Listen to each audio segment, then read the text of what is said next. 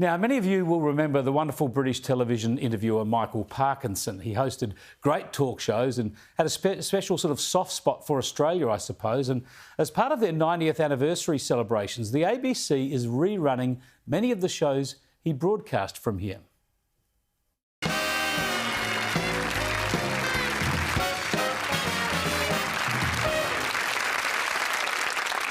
And welcome. My guests tonight are three people who came from ordinary backgrounds to create extraordinary careers for themselves.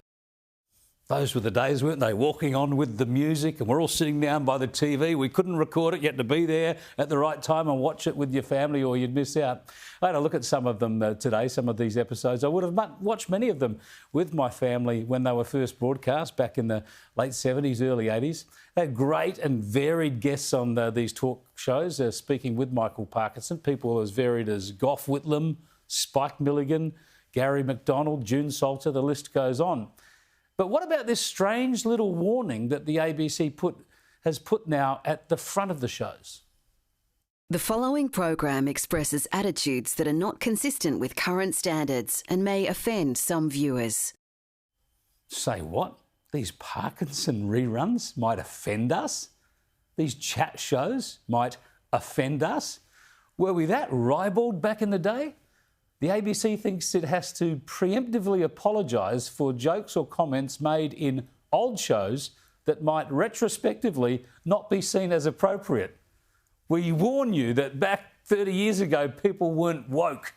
We warn you that political fashions of today weren't around back then, or that in the old days political correctness was not a thing. Whatever can they be worried about? Could it be the teenage Whitlam's disrespect towards women? But I was transferred from one school to another because of conduct, yeah. Because of conduct? Well, the headmaster rang up, it was a co-educational school, I was 15, and one of the teachers, female teachers, complained that I was being cheeky. So the headmaster rang up my father, and who called in and heard the complaint, said, right, I'll transfer you to the boys' school, a grammar school, you see, so... Surely not. I think we can all deal with that revelation. Perhaps they're worried about Spike Milligan's sort of, what would you call it, school shed humour. My name's him. Oh! I've got a touch of the old metric miles.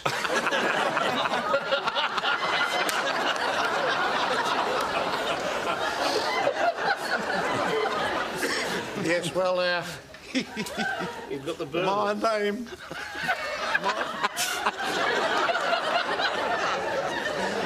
Okay. So you brought the old spittoon then?